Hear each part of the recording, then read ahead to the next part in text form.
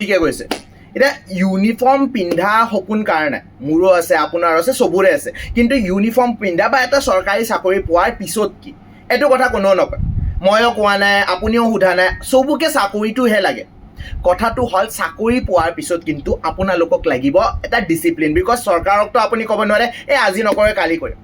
আমাৰ লগত এইটোৱে প্ৰব্লেম। এতিয়া অসম আৰক্ষীৰে যদি আমি কথা পাতোঁ, আছাম পুলিচৰে কথা পাতোঁ, 5,000ৰ ওপৰত ভেকেঞ্চি আহি গৈছিলে লাষ্ট ডিচেম্বৰ। কিমান ষ্টুডেণ্ট আছে যোনে এতিয়াও অসম আৰক্ষীৰ কাৰণে প্ৰস্তুতি চলাই আছে, ফিজিকেল এক্সামিনেশ্যনৰ কাৰণে চলাই আছে, ৰিটেনৰ কাৰণে চলাই আছে? নাই, 50% চলাই আছে, 50% পাহৰি গৈছে। মনত ৰাখিবা, এই ইউনিফৰ্মটোৰ লগত নহয়, সদায় আপুনি এটা বস্তু মনত ৰাখিব লাগিব যে আহিব ডিচিপ্লিন, আৰু ডিচিপ্লিনৰ শত্ৰু মটিভেশ্যন নহয়, ডিচিপ্লিনৰ শত্ৰু হৈছে সন্দেহ। এই যে ডিচেম্বৰৰ পৰা আপোনাৰ পষ্টটো ওলাইছে আৰু এতিয়ালৈকে যে নটিফিকেশ্যন অহা নাই এক্সামৰ, আপোনাৰ সন্দেহ এটা সোমাই গৈছে, আৰু এই সন্দেহৰ পৰাই কি ওলাই আহে জানে আপুনি? চবচে ডাঙৰ এনিমি ডিচিপ্লিনৰ, ডেট ইজ এলাহ। এলাহ কৰিছে আপুনি এতিয়া। এই যেতিয়া নটিফিকেশ্যন আহিব তেতিয়া পঢ়া ষ্টাৰ্ট কৰিম, যেতিয়া নটিফিকেশ্যন আহিব তেতিয়া মই ৰিভিজন দিয়া ষ্টাৰ্ট কৰিম। আপুনি যদি ৰিভিজন দিব লাগে, আপুনি যদি চিলেবাছ শেষ কৰিব লাগে, এতিয়াই কৰক।